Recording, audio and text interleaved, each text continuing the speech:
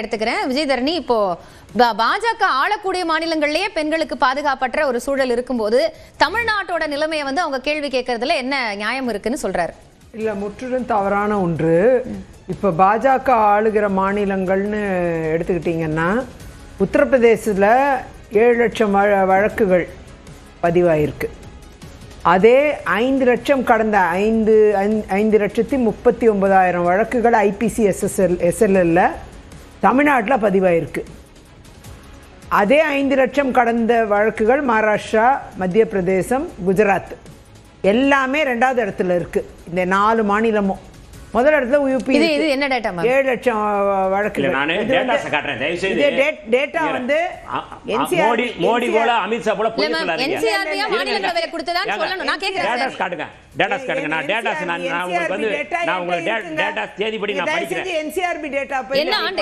NCRB என்ன வருடம்? படிங்க. போற போக்குல சொல்லாதீங்க. தயவு செய்து ஐபிசி எஸ்எல்எல் வழக்குகள். இல்ல, நீங்க அத படிங்க. 5,36,538 வழக்குகள் தமிழ்நாடு. என்சிஆர்பி நீங்க போட்டாலே வந்துருது. அது என்சிஆர்பி ரிப்போர்ட் 2025. அதிலே உங்களுக்கு கம்ப்ளீட் டேட்டா அவைலபிள். இதை பாருங்க, 5,36,000 and odd தமிழ்நாடு. மகாராஷ்டிரா அதே ஈக்குவல் 5,30,000 or 5,50,000 and odd. அதே மாதிரி குஜராத்தும் 5 lakh and odd. Madhya Pradesh 5 lakh and odd. UP மட்டும்தான் 7 லட்சம். ஸோ 2வது இடத்துல தமிழ்நாடு இருக்கு. 4 மாநிலம் இருக்கு, அதுல 1 தமிழ்நாடு 2வது இடத்துல இருக்கு. மற்ற 4 மாநிலங்கள்ல யார் ஆட்சியில இருக்கா? எஸ்எல்எல் அண்ட் ஐபிசி ரெண்டுத்திலையும் வழக்குகள் இவ்வளவு இருக்கு. வழக்குகள் எவ்வளவு வேணா வரட்டுங்க, அது பிரச்சனையே கிடையாது. வழக்குகள் இருக்கட்டும். ஆனா பெண்களுக்கு எதிரான குற்றங்கள் போன அதிமுக ஆட்சிக்கும் இந்த திமுக 5 ஆண்டு கால ஆட்சிக்கும் 55% இன்க்ரீஸ். அதே மாதிரி போக்சோ வழக்குகள் இல்ல, அதுக்கு அமைச்சர் குறிப்பிடுறாரு, நாங்க பெண்கள் கிட்ட விழிப்புணர்வு ஏற்படுத்தியிருக்கோம், அதனால வழக்கு பதிவு அப்படிங்கிறது வெளிப்படையா நிறைய வருது. வழக்கு மட்டும் கிடையாது, வழக்கு பதியாத வழக்கு இன்னும் எவ்வளவோ இருக்கு. 125% இன்க்ரீஸ் ஆயிருக்கு. குற்றங்கள் இன்க்ரீஸ் ஆயிருக்கு. நீங்க வழக்கு பதிவாகிறது எதனால? குற்றங்களும் இன்க்ரீஸ் ஆயிருக்கு. அப்படிதான் அதை பார்க்கணும். அப்பனா இவங்க சொல்றாங்கல்ல, போதைப் பொருள் வழக்குகள் வந்து 41 தான், கைதானவங்க 52 பேர் தான் தமிழ்நாட்டிலே. அப்பனா அந்த வழக்குல பதிவே பண்ணலையா? இந்த கேள்வி எழுதலையா? எல்லாம் வந்து ஆயிரக்கணக்கில் இருக்கு பிற மாநிலங்கள். இங்க வெறும் 41ன்னா அப்ப வழக்குகளே பதியல. முக்கு மூளைக்கு மூளை கிடைக்குது, இவங்க அனுமதிக்கிறாங்க. அப்படிதான் அர்த்தம். போதைப் பொருள் கஞ்சா வியாபாரம் மூளைக்கு மூளை ஒரு கடையிலையும் பெட்டி கடையிலையும் கிடைக்குது. அப்படி இருக்கும் பொழுது வழக்குகள் ஏன் பதியல? அப்பனா இவங்க கஞ்சா பழக்கத்தையும் இந்த போதைப் பொருள் பழக்கத்தையும் சிந்தட்டிக் ட்ரக்ஸையும் ஃப்ரீயா விட்டுட்டாங்க தமிழ்நாட்டுக்குள்ள. அதனால வழக்கே பதியல. அதை தான் மாநிலங்களவையில சுட்டி காமிச்சிருக்காங்க. இவ்வளோ பழக்கம் இருக்கு, ஆனா இவங்க வழக்கே பதியல, எதையும் பிடிக்கல அப்படிங்கிறத சுட்டி காமிச்சிருக்காங்க மாநிலங்களவையில. அதை இவங்க மாத்தி சொல்றாங்க. உண்மை அதுதான். இந்த மாநிலங்கள்ல இவ்வளவு ஆயிரக்கணக்கான வழக்குகள் போட்டு எல்லாரையும் பிடிச்சிருக்காங்க. என்சிபி நார்கோட்டிக்ஸ் பீரோக்கு ரெஃபர் பண்ணி எல்லாத்தையும் மாட்டியிருக்கு. ஆனா இந்த மாநிலத்தில் மட்டும் வழக்கே போடலை. இவங்க பிடிக்கவும் இல்லை, இன்டெலிஜென்ஸையும் யூஸ் பண்ணலை, உளவுத்துறையும் பயன்படுத்தலை. அந்த அளவில் வந்து இன்னைக்கு போதைப் பொருள் பழக்கங்கிறது மிகப்பெரிய பிரச்சனையா தமிழ்நாட்டில் இருக்கு. அதனால தான் பாலியல் வன்கொடுமைங்கிறது தீவிரப்பட்டிருக்கு. 7 வயசு சிறுமி நாமக்கல்ல, குமாரபாளையத்தில், விளாத்திக்குளத்தில் 14 வயசு குழந்தை, அது மாதிரி 2 வயசு குழந்தை. இப்படி பாலியல் வன்கொடுமைக்கும் இந்த வழக்குகளும் இது மாதிரி கொலை செய்யப்படுறதும் இன்னைக்கு தீவிரப்பட்டிருக்கு தமிழ்நாட்டுல. சட்டம் ஒழுங்குங்கிறது திமுகவோட நிர்வாகமின்மை தான் இந்த பிரச்சனைக்கு காரணம்னு சொல்ல வரீங்க. சட்டம் ஒழுங்கு, நிர்வாகமின்மை, நிர்வாக ஆளுமை இல்ல, காவல்துறையை சென்சிடைஸ் பண்ணல, காவல்துறையை அப்படியே ஃப்ரீயா விட்டுட்டாங்க, அவங்கள சென்சிடைஸ் பண்ணல. இவர் ஏதோ சொன்னாரு, நான் 2 விஷயம் சொல்றேன்.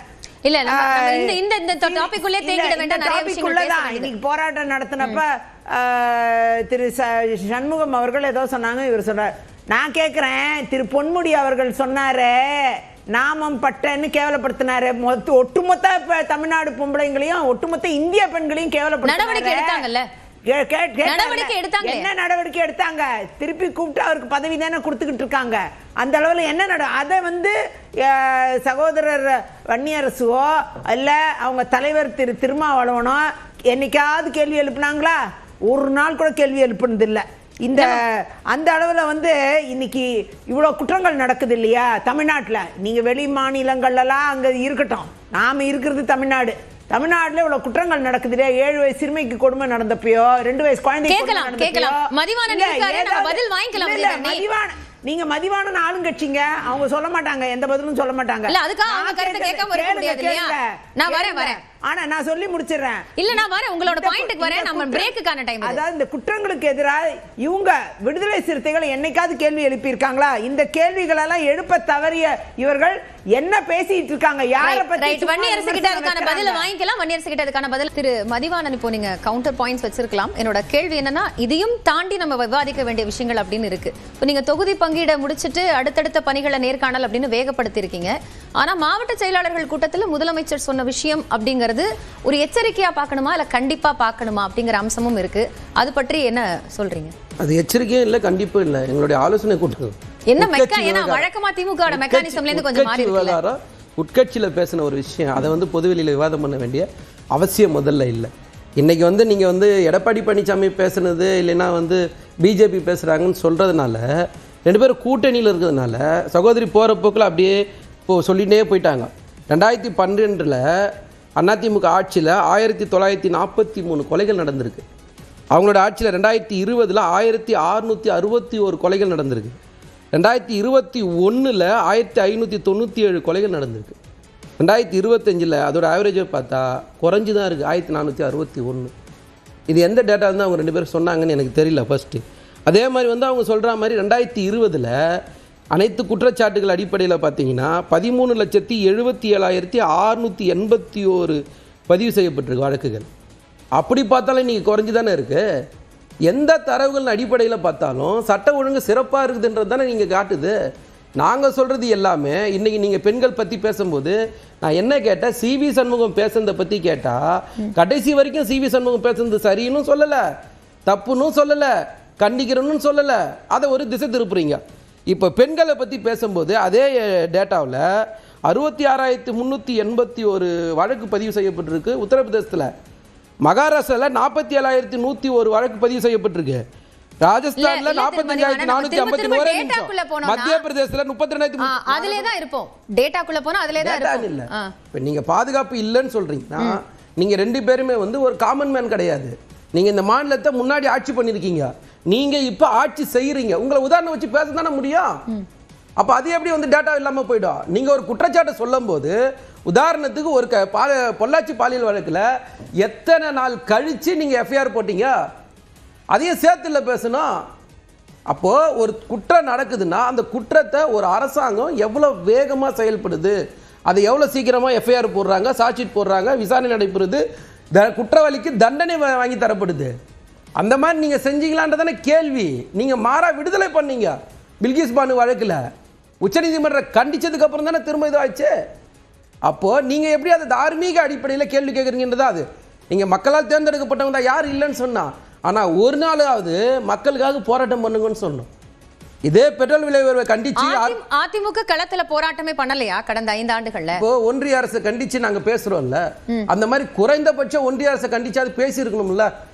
மாநில உரிமை சார்ந்து, மொழி சார்ந்து, மாநிலத்துக்கான அங்கீகாரம், இப்போ கீழடி மாதிரியான பிரச்சனைகளை வரும்போது அதுக்கான அங்கீகாரத்தை பற்றி பேச வேண்டிய விஷயங்கள்ல, பேரிட நிவாரண நிதி வரும்போது, கல்விக்கான நிதி தராத போது, நீங்கள் ஜல்ஜீவன் திட்டத்துக்கு நிதி தராத போது, உள்ளாட்சி அமைப்புகளுக்கு வர வேண்டிய நிதிகள் தராத போது, இதுக்கெல்லாம் நீங்க பேசுனீங்க. திமுக வந்து மத்திய அரசோட இணக்கமா இல்லங்கிறது ஒரு காரணம்ங்கிறதையும் அவங்க சொல்லியிருந்தாங்க.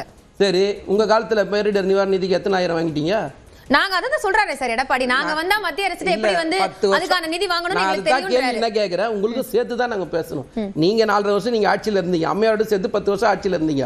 அந்த காலகட்டங்கள்ல நீங்க ஒற்றுமையா இருந்தீங்கல்ல, பேரிடர் நிவாரண நிதியா எத்தனை ஆயிரம் கோடி வாங்கிட்டீங்க? அன்னைக்கு 4.5% தானே கொடுத்தாங்க சார். அதுல முரண்பாடு வந்தபோது கூட்டணி இல்லாம அவங்க தேர்தலை சந்திக்கலையா? கூட்டணி இல்லாம எப்ப சந்திச்சீங்க? நாடாளுமன்ற தேர்தலை சந்திச்சீங்க.